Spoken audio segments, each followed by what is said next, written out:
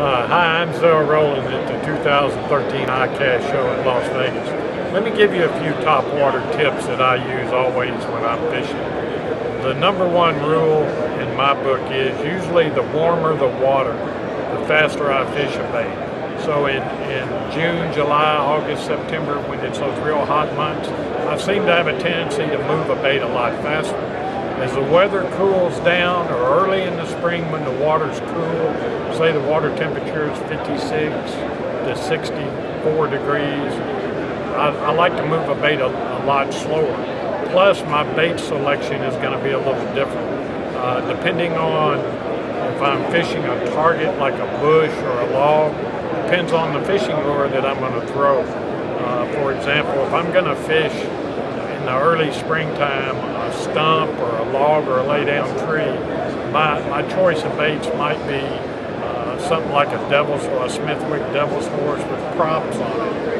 And what I like to do with that type of bait is I'll actually take the blades on the bait and bend them further forward. That way when I jerk the bait's going to travel less distance every time I jerk the bait. So now with the blades bent forward on that bait, I can jerk that bait 8 or 10 times and not move it over 1.5 feet in length.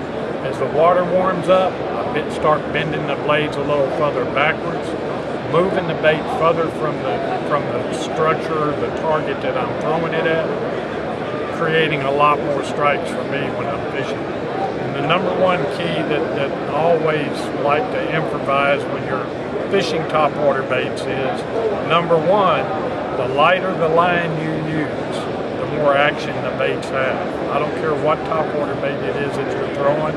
It could be a pop R, it could be a popping frog, it could be a jerk bait like a Smithwick Rogue. The lighter the line, the more action.